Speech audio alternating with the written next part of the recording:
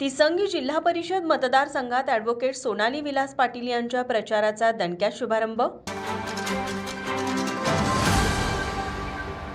जिल्हा परिषद निवडणुकीच्या प्रचाराला चांगलाच वेग आला असून उमेदवार घरोघरी जाऊन मतदारांच्या गाठीभेटी घेत आहेत.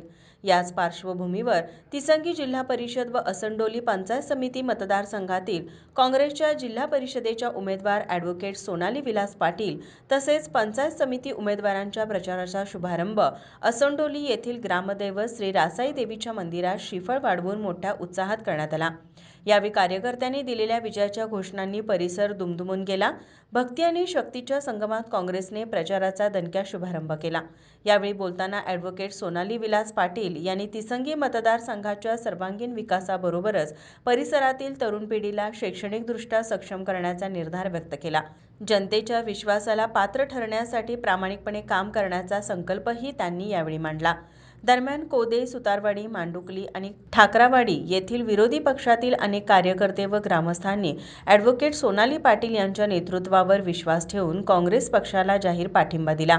या पक्षप्रवेशामुळे काँग्रेसची ताकद अधिक बळकट झाली.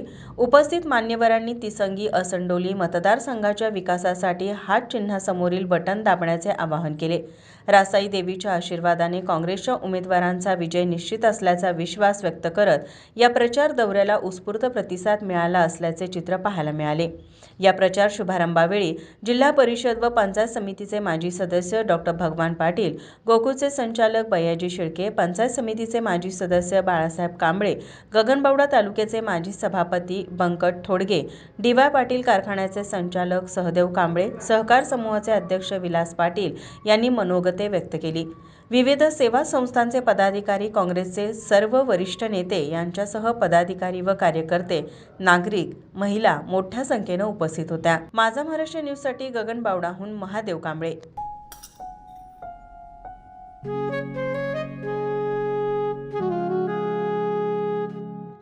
बाबा, आज येताना बासुंदी घेऊन या ना. अगं, कालच आपण आईचा वाढदिवस होता म्हणून आणली होती ना. ऐकलं, गोकुळची बासुंदी पुन्हा खावीशी वाटतेय. खरं सांगू, मलाही खावीशी वाटतेय.